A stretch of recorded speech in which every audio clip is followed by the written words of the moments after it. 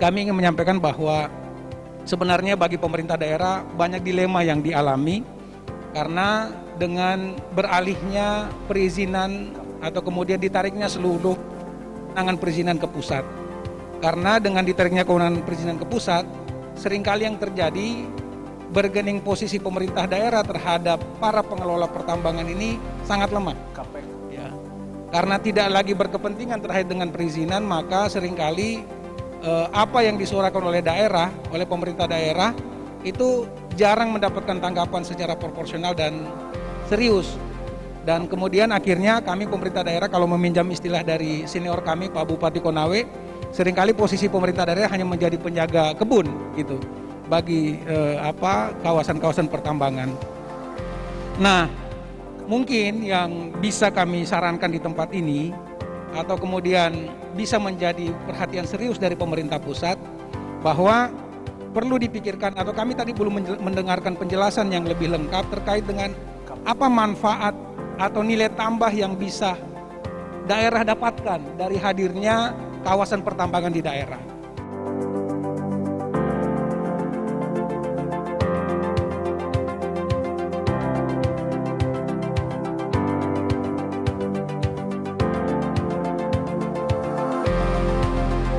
KPK mengajak segenap elemen bangsa untuk mengambil peran bersatu padu membangun budaya anti korupsi. Selamat memperingati Hari Anti Korupsi Sedunia.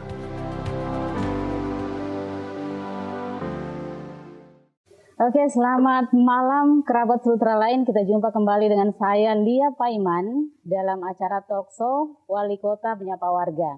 Seperti biasa selama 60 menit ke depan kita akan berbincang tentang situasi Kota Kendari, kabar terhangat yang ada di Kota Kendari bersama narasumber kita yang sudah akrab dengan kita semua. Siapa lagi kalau bukan Bapak Wali Kota Kendari, Bapak Zulkarnain Kadir. Selamat malam Pak Sul. Malam. Assalamualaikum Lia. Ya, spesial ya malam hari. Biasanya kita sore. Malam hari. Biasanya kita sore, hari ini kita malam hari. Malam hari ini kita akan membahas tentang Kota Kendari bersama Hari Anti Korupsi Sedunia menuju pemulihan COVID-19. Kita tahu bahwa di tanggal 9 Desember setiap tahunnya akan diperingati sebagai Hari Anti Korupsi Sedunia. Dan saya yakin kita semua sangat berharap bahwa korupsi yang memporak-porandakan kehidupan berbangsa dan bernegara itu harus kita berantas di bumi Indonesia ini. Tidak terkecuali di Kota Kendari. Nah, malam hari ini seperti yang kita ketahui bahwa Pak Sul ini menjadi narasumber atau penanggap ya Pak? Ya, penanggap di Seminar Nasional Hari Anti Korupsi Sedunia. Dan itu menjadi kebanggaan kita semua bahwa wali kota kita yang tercinta itu menjadi salah seorang penanggap, itu prestasi yang luar biasa. Artinya di Kota Kendari memang kita punya program itu. Bagaimana tanggapan Pak Sul ketika ada di forum yang besar itu untuk berbicara tentang anti korupsi? Iya, tentu itu sebuah penghargaan ya kepada kita dan sekaligus juga tanggung jawab sebenarnya. Artinya tampil di sebuah acara nasional yang kemudian diselenggarakan oleh Komisi Pemberantasan Korupsi Republik Indonesia yang memang kebetulan diselenggarakannya di Kota Kendari. Kita diberi kesempatan untuk kemudian bisa memberikan tanggapan terkait dengan tema yang disajikan waktu itu. Bagi saya pribadi berada di forum itu tentu sebuah kesempatan ya untuk menyuarakan apa yang selama ini kita rasakan di daerah, apa yang kemudian menjadi fakta-fakta di lapangan yang kemudian kita berharap lewat forum itu nanti bisa direspon secara baik oleh pemerintah. Ya. Kalau di Kota Kendari sendiri gerakan anti korupsi ini seperti apa? Iya, jadi ya kita tahu bersama ya bahwa korupsi ini kan tindakan yang sangat merugikan ya bagi kita sebagai bangsa dan di daerah. Oleh karena itu makanya korupsi ini dikategorikan sebagai extraordinary crime, ya kejahatan luar biasa. Kenapa? Karena dampaknya tidak hanya dialami oleh satu pihak, tapi banyak pihak yang akan merasakan dampaknya, dan itu tidak berlangsung saat ini saja, tapi itu akan bisa berdampak dalam waktu yang cukup lama kalau kemudian kita tidak mengantisipasinya. Oleh karena itu kita di Kota Kendari ini sejak awal ketika kami diamanahi di pemerintah kota mengelola manajemen pemerintah kota ini, Apalagi kemudian memang sudah dimandatori oleh visi Kota Kendari. RPJMD kita menyebutkan bahwa Kota Kendari layak huni berbasis ekologi, informasi dan teknologi. Nah, termaklum mana di sana kita berorientasi sistem. Ya, jadi meminjam istilah Bang Napi, ya, bahwa kejahatan itu seringkali terjadi bukan karena niat, tapi karena ada kesempatan. Karena ada kesempatan, nah, betul. Kesempatan itu seringkali tercipta karena sistem yang tidak rapi, tidak terstandar. Nah, makanya kami ketika pertama kali diamanahi di pemerintah kota itu, yang pertama kali kita lakukan itu adalah pembenahan sistem. Walaupun faktor orang juga tetap penting, ya, faktor orang tetap penting. Tetapi kalau kita bergantung ke orang, begitu orangnya pergi, berganti, ya kan akhirnya kita mulai dari nol lagi. Betul. Tapi kalau kita membangun sistem, kita membangun mekanisme yang rapi, mekanisme yang bisa diakses oleh semua pihak, kemudian akuntabilitasnya bisa dipertanggungjawabkan, kan terpaksa atau kemudian kita membuat situasi di mana orang terpaksa kalau harus ikut dengan sistem, gitu. Harus mau. Nah, itulah yang kemudian kita wujudkan dalam bentuk misalnya SPPD elektronik. Kita tahu sebagian besar pelanggaran hukum terkait dengan penyalahgunaan kewenangan itu kan di perjalanan dinas. Betul. Iya, macam-macam istilahnya. Dulu kan ada perjalanan dinas fiktif. Ya, yang terbaru Lia mungkin juga tahu ada sistem joki. Ya kan? Orangnya tidak pergi. Iya, orangnya tidak pergi, mengutus orang lain itu kan juga pelanggaran sebenarnya kan.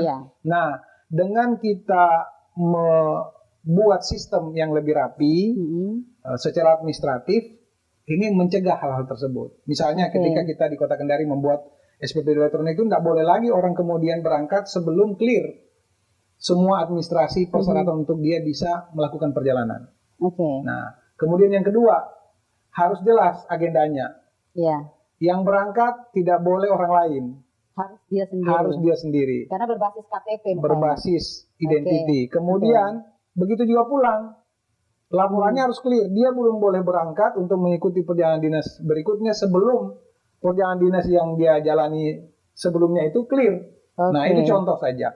Sekarang kita buat program jari, Jaga Kendari. Itu yang saya mau bilang tadi. Itu kita buat program jari. Itu memudahkan masyarakat untuk terlayani secara administratif. Dulu kan orang kalau mengurus KTP itu harus ada kenalan di catatan sipil kan. Kalau nggak ada kenalan susah. Bisa seminggu, bisa 2 minggu, bahkan bisa berbulan-bulan nggak selesai urusannya. Kalau mau seringkali ini sengaja tercipta supaya kalau pengen cepat harus keluarkan biaya ekstra. Kan gitu, yang ini tidak resmi. Katanya di bawah meja. Nah, di bawah meja. Kalau masih bagus kalau di bawah meja. Kalau dengan meja-mejanya diangkut kan repot. Jadi, nah ini kita bangun sistem itu, program Jaga Kendari ini di sana transparan. Saya bilang diumumkan, dibuka di situ berapa jumlah belangko yang tersedia. Kan seringkali jadi alasannya belangko habis. Belangko habis, betul. Padahal kita nggak tahu ini kapan habisnya, dipakai untuk siapa. Di program jari itu ketahuan berapa belangko yang tersedia, berapa harinya yang terlayani, ketahuan kan berapa berkurangnya. Sehingga kalau mengatakan belangko kurang atau habis, ya memang karena habis, bukan karena dalam tanda petik dihabiskan gitu, supaya orang dipancing orang untuk mengurus lewat jalur yang tidak resmi, sehingga harus mengeluarkan biaya ekstra. Ada lagi e-proxy yang kita buat di Kota Kendari. Jadi e-proxy ini program aduan. Jadi masyarakat boleh mengadu segala jenis ketidakpuasan terhadap penyelenggaraan pemerintahan lewat sistem ini. Cuman kita mengajar masyarakat atau kemudian mengajak masyarakat untuk tidak hanya mengadukan, tapi juga ikut bertanggung jawab. Walaupun kita lindungi, kita tutupi identitasnya, kita lindungi supaya dia tetap berani untuk mengadukan. Tetapi dia juga mengadukan harus berbasis data, tidak boleh berbasis fitnah. Jangan sampai karena saya tidak suka ini, karena tidak suka dengan tanda petik pejabat tertentu, akhirnya segala macam dilaporkan, tapi tidak ada data dan faktanya. Nah, kita juga melatih masyarakat untuk bertanggung jawab terhadap apa yang diadukan. Tetapi kita lindungi dia, kita tutup identitasnya supaya dia tetap mau mengungkapkan itu secara fair. Saya punya pengalaman kemarin soal jari ini. Ada teman yang tanya, ada kenalan nggak di catatan sipil? Saya bilang, kenapa? Saya mau urus pindah domisili. Bilang, ada, silakan download jari. Di situ nanti ada Tidak lama kemudian, terima kasih Kak, ternyata memudahkan sekali nih jari. Betul sekali. Itu yang saya Bahkan program jari itu orang sebelum berangkat di rumah ya. itu kita kan biasa begini. Kita yang membuat biasa masyarakat tidak puas itu karena sudah berjam-jam menunggu. datang menunggu di Iya. sana tidak ada kejelasan kepastian kapan Iya. terlayani. Betul. Dengan program jari ini dia bisa merencanakan. Iya. Katakan dia dapat nomor antrian 300 sekian. Oke. Itu berarti diprediksi sekitar jam 2 siang itu. Iya. Dapatnya kalau nomor 300. Artinya Ya. Anda boleh Anda boleh melakukan aktivitas lain dulu, selesaikan dulu tugas kebutuhan yang lain, baru datang ke kantor catatan sipil, menjelang dia terlayani. Jadi dia Iya. bisa prediksi mungkin 15 menit sebelum itu baru Sudah datang. datang, Tidak iya. habis waktunya berlama-lama sehingga tidak produktif. jelas, ya betul. Nah, ini yang kemudian coba kita bangun seperti saya bilang tadi, Lia, bahwa Iya. kita bangun sistemnya.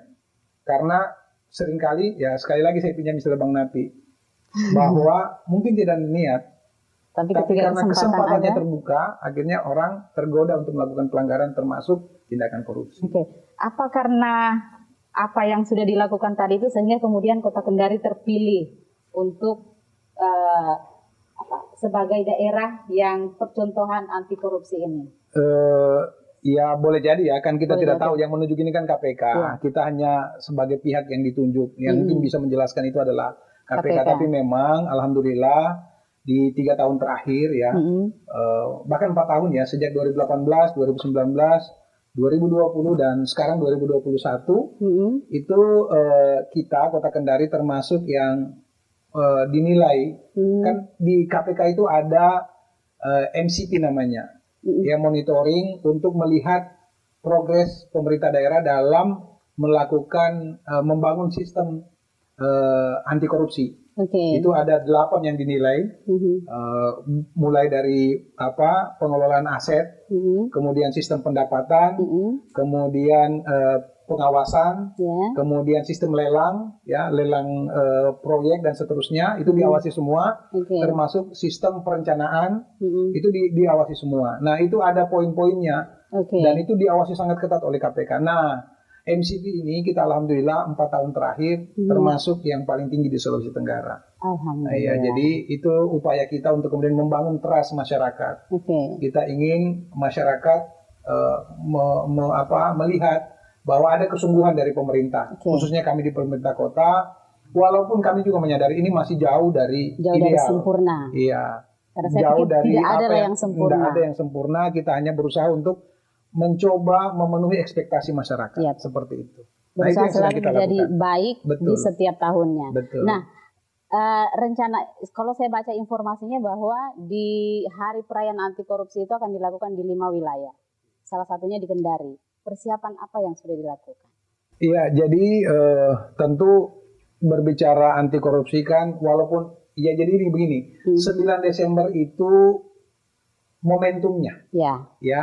Tetapi tentu semangat anti korupsinya tidak boleh hanya di tanggal 9 Desember. Betul. Harus Tapi sepanjang tahun. sepanjang tahun dan setiap langkah kita, Yap. setiap yang kita lakukan harus kita hadirkan kesadaran bahwa kita tidak berusaha untuk menyalahgunakan kewenangan, Oke. tidak berusaha untuk memanfaatkan jabatan, tidak mengambil keuntungan ya untuk kebutuhan pribadi ataupun kelompok. Oke. Nah, kan itu makna anti korupsi sebenarnya. Jadi kita berusaha.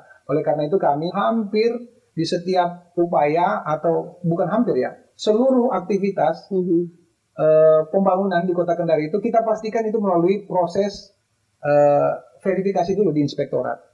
Oke. Sebagai bentuk pencegahan. Jadi tidak ada satupun kegiatan di pemerintah kota di wilayah Kota Kendari ini yang berlangsung kecuali sudah mendapatkan verifikasi Dari dari inspektorat. inspektorat. Review namanya, direview dulu Oke. oleh inspektorat. Kenapa? Itu bentuk pencegahan kita.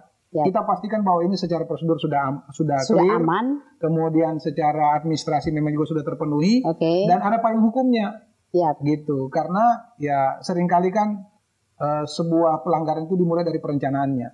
Ya, Betul. kalau perencanaannya sudah tidak prosedural, Ya. ya berpotensi untuk terjadi pelanggaran nanti. Ya. Nah, kita mulai dari sana sehingga setiap tahapannya itu kemudian nanti bisa berjalan dengan baik. Itu Oke. yang coba kita lakukan. Ya.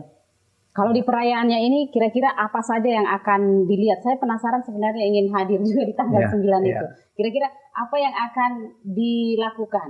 Jadi begini, Lia, jadikan budaya anti korupsi itu tidak bisa seketika hadir. Ya.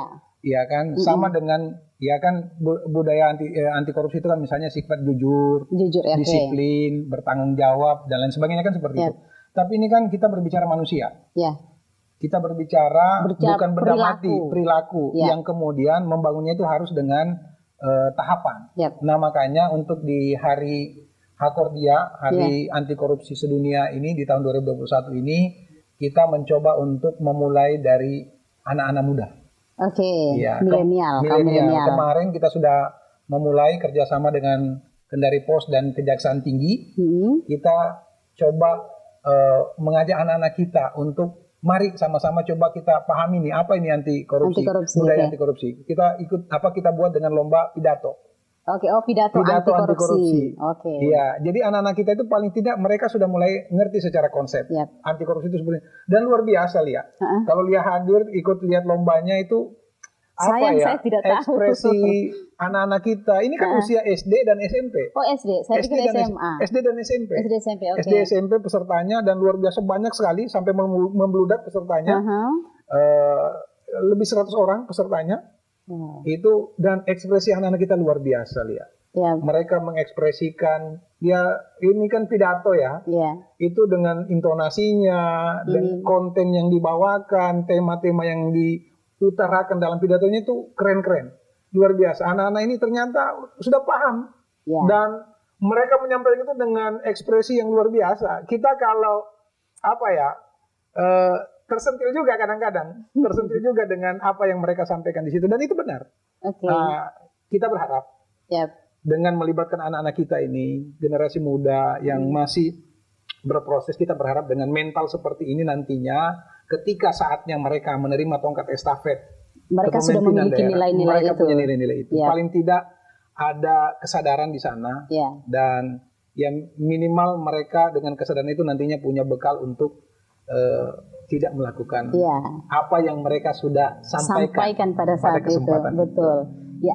Selain yang itu ada lagi lomba puisi, kemudian adalah nanti beberapa yang kemudian ini kita coba bangun dari anak-anak milenial karena itu tadi saya bilang membangun budaya anti korupsi itu tidak bisa seketika. Betul. Kita melakukan hari ini kita berharap besok hasilnya tidak bisa. Makanya dan juga tidak cukup dengan hanya penindakan. Seberapa luas penjara yang kita mau siapkan, ya kan? Seberapa banyak? Kayaknya full kalau semua harus di penjara. Kalau orientasinya penindakan, kita hanya mencari siapa yang salah, ya kan? Tetapi makanya kalau saya setuju, yang dibangun itu adalah budaya anti korupsi. Budaya anti korupsi, betul. Jadi kita bangun bersama dengan pendekatan sistem. Kalau sistemnya hadir, kemudian kita disiplin dalam menerapkannya, saya kira insya Allah semakin kecil peluangnya atau semakin kecil ruang orang untuk kemudian mau melakukan. Kecuali yang benar-benar niat, kecuali yang benar-benar artinya memang punya target untuk melakukan itu. Sehingga kalau sistemnya kita sudah bangun, insya Allah mudah-mudahan ini bagian kita kan manusia biasa kita ini bukan malaikat, kita juga berpotensi melakukan kesalahan. Kita juga berpotensi melakukan pelanggaran. Tetapi setidaknya dengan membangun sistem, maka kita semua terjaga. Bisa meminimalisir kejadian. Iya, betul. Terkait dengan tadi yang saya lihat di video bahwa ada Pak Sul itu menyuarakan kalau ada pertambangan, kemudian yang daerah-daerahnya itu juga harusnya mendapat insentif. Karena tidak jarang kita lihat bahwa kalau ada musibah soal pertambangan, itu yang terdampak bukan cuma di lokasinya, tapi di tetangganya juga pasti ikut kebagian. Betul. Itu bagaimana melihat jadi ini itu? memang sudah suara dari seluruh kepala daerah yang ada di di wilayahnya ada kawasan pertambangan. Karena seringkali khusus pertambangan kan karena kemarin memang temanya tentang itu izin pertambangan. Sekarang ini kan izin pertambangan ditarik ke pemerintah pusat. Kita di daerah tidak punya lagi kewenangan untuk mengeluarkan izin. Adanya cuma mengusul. Tidak juga. Tidak lagi, tidak ada sama sekali memang kewenangan daerah terkait dengan pertambangan ini ditarik ke pusat. Cuman konsekuensinya akhirnya para pengelola pertambangan ini jadi tidak punya respek terhadap pemerintah daerah. Sehingga sementara kalau ada masalah yang ditimbulkan dari hadirnya pertambangan di daerah itu kan kita di daerah yang merasakan. Warganya pasti protesnya ke pemerintah Iya, daerahnya. persis. Mm-mm. Bahkan kita di Kendari kan tidak punya tambang. Iya. Tapi sehari-hari kita dengar demo tentang tambang di kota Kendari. Benar enggak? Iya. Betul.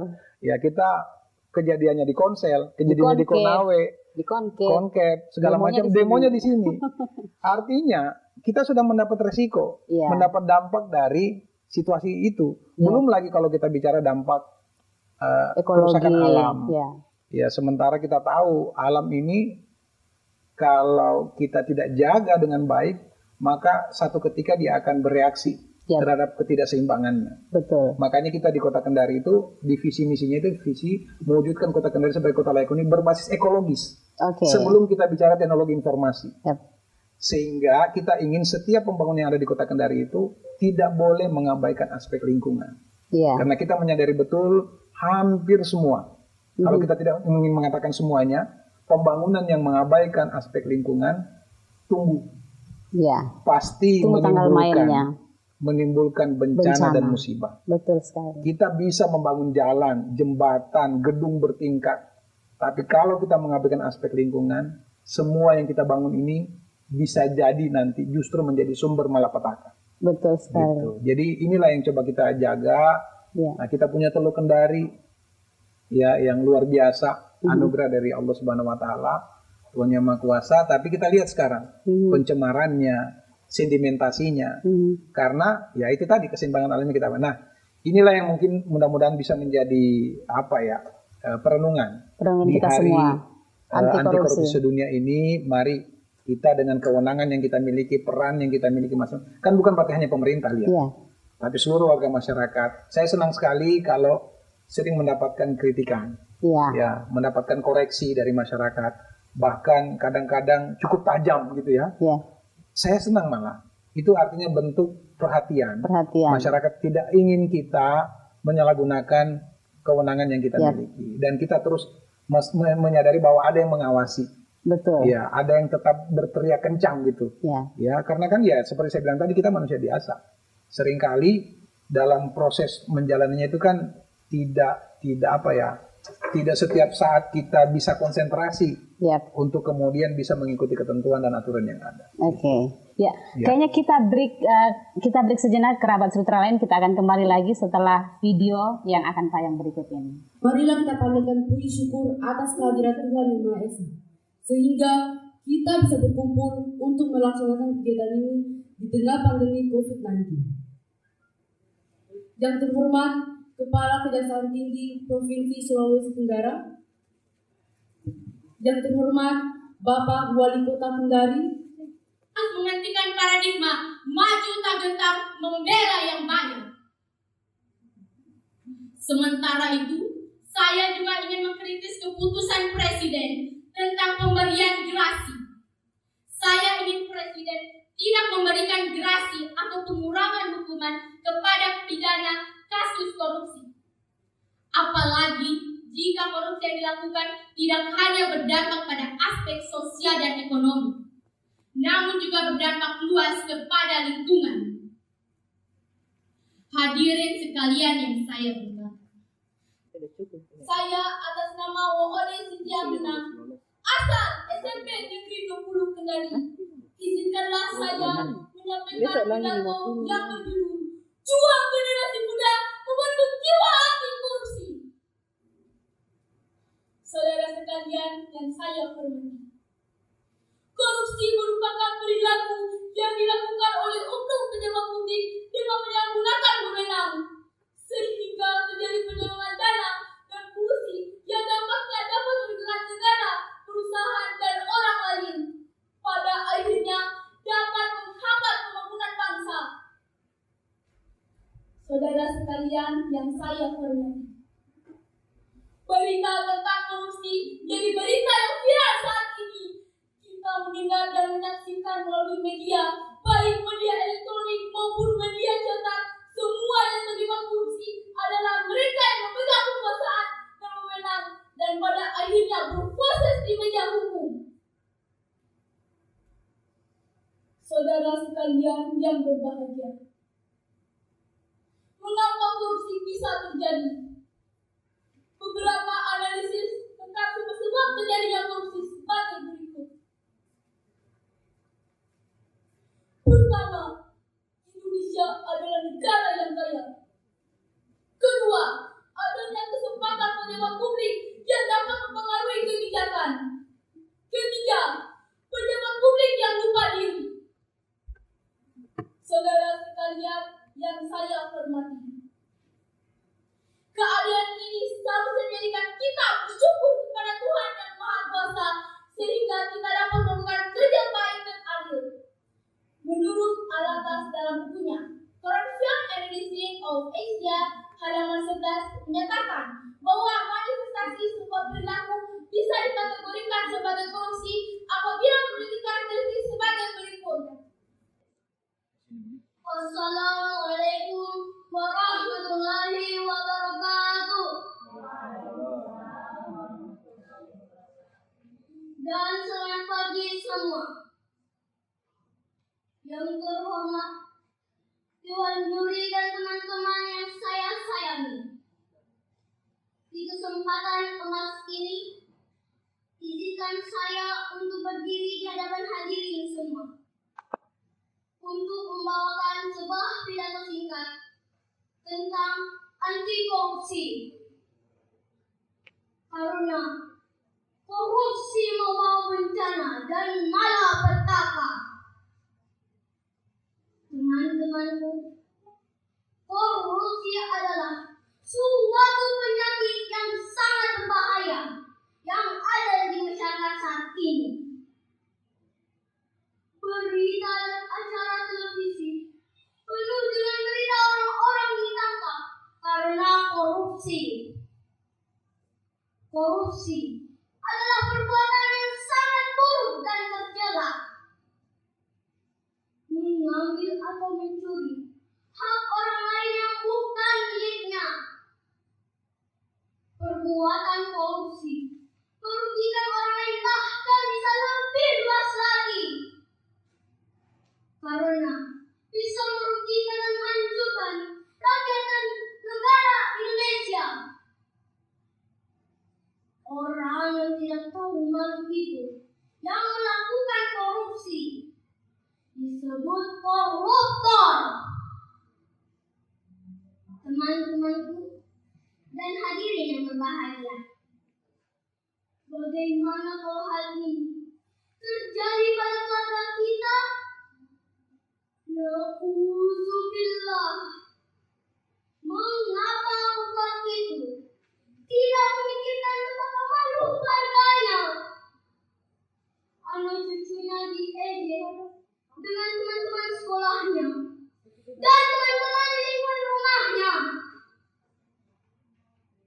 Ya, itulah tadi video yang menampilkan anak-anak SD dan juga SMP seperti yang dijelaskan Pak Sul tadi tentang pidato anti korupsi. Luar biasa keren memang. Anak-anak yang sejak dini sudah mulai mencari referensi tentang bagaimana anti korupsi. Ya mudah-mudahan seperti harapan kita semua bahwa ke depan apa yang sudah dicari tadi itu bisa diaplikasikan dalam kehidupan sehari-hari. Nah, kembali ke soal Hari Anti Korupsi Sedunia. KPK ini kan merupakan representasi kita semua, harapan kita semua untuk pemberantasan korupsi di Indonesia. Dan juga Bapak Jokowi sebagai Presiden Republik Indonesia sangat concern dengan itu. Gimana tanggapan Pak Sul?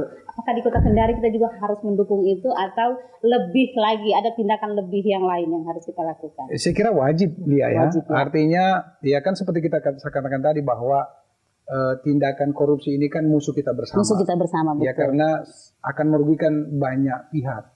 Ya karena kan korupsi itu mengambil hak orang lain. Kemudian merugikan negara yang harusnya kita bisa membangun jembatan atau infrastruktur gedung sekolah misalnya. Yang juga mungkin bisa kita manfaatkan lama tapi karena dikorupsi sehingga kualitasnya jadi jelek dan tidak bisa lama dimanfaatkan, kan itu semua dampak-dampaknya. Nah, tentu ini harus kita dukung. Ya. Cuma memang nanti tinggal cara kita mendukungnya. Ya, tentu yang di pemerintahan dengan kejujurannya, integritasnya, ya, dengan bagaimana melaksanakan tugas dengan penuh tanggung jawab, kan seperti itu. Sebaliknya masyarakat untuk kemudian juga mendukung dengan mungkin mengawasi jalannya pemerintahan, memberikan warning. Kalau kemudian misalnya oknum-oknum pemerintah itu dalam menjalankan kewenangannya keluar dari koridor yang seharusnya. Lembaga-lembaga kemasyarakatan, LSM dan sebagainya, mari kita berperan masing. Misalnya tenaga pendidik, gitu ya, juga mengajarkan nilai-nilai yang baik ke anak-anak kita. Bahkan tadi mungkin ya kita juga bisa menyaksikan di pidato anak-anak kita itu ada yang kemudian atau kritik buat mereka. Mereka ada yang ngomong bahwa seringkali kita tidak sadar menuduh orang melakukan korupsi. Kita sendiri memulai tindakan tidak jujur, nyontek misalnya, ya kemudian misalnya bolos sekolah. Ini kan bibit-bibit tindakan korup, gitu ya. Korupsi waktu, korupsi ini dan sebagainya. Bagus sekali kita mendengarkan anak-anak kita ini menyampaikan. Mereka bisa menangkap itu. Artinya bisa melakukan kontemplasi bahwa ternyata tidak hanya pejabat aja yang korupsi. Kita sebagai rakyat pun sebagai masyarakat berpotensi sebagai pribadi, mereka sebagai pelajar itu juga berpotensi melakukan pelanggaran yang sama kalau tidak disadari dari awal. Karena kan bicara korupsi bukan kecilnya, Lia. Dan mungkin bicara korupsi bukan cuma soal uang. Betul, bukan sekedar nilainya, tapi dampaknya. Ya kan seringkali ya kita itu di negara-negara maju misalnya itu kan orang kita lihat ngantri, secara rapi, teratur. Ini kan semua budaya-budaya positif semua. Yang kalau ini kemudian kita terapkan, kita hadirkan kesadarannya secara bersama-sama, maka saya kira kita bisa meminimalisir tindakan. Ini kan korupsi ini kan hanya hilirnya saja. Ya, artinya kalau kita berbicara kan ibarat fenomena gunung es. Yang terdata terlihat cuma sebagiannya, tapi kan ada akar masalahnya yang lebih besar, misalnya masalah ekonomi, masalah pendidikan juga kayaknya, dan sebagainya. Apalagi misalnya ada pungli, betul sekali. Kemudian ada guru yang boros mengajar. Betul. Jadi memang harus komprehensif. Makanya tidak bisa kita hanya mengharapkan aspek penindakan saja. Harus ada pencegahannya, pembinaannya, karena kita inginkan berubah secara bersama-sama, Lia. Kita tidak boleh hanya menuntut satu pihak untuk berubah, sementara kita sendiri juga melakukan. Tidak mau mengintrospeksi dan melakukan. Nah, kalau ini yang hadir, maka saya yakin pencegahan terhadap korupsi ini bisa kita lakukan ke depan. Walaupun memang tidak mudah. Saya kira apalagi kemudian sudah menggurita istilahnya seperti itu. Mendarah daging, membudaya. Waduh, luar biasa. Agak susah.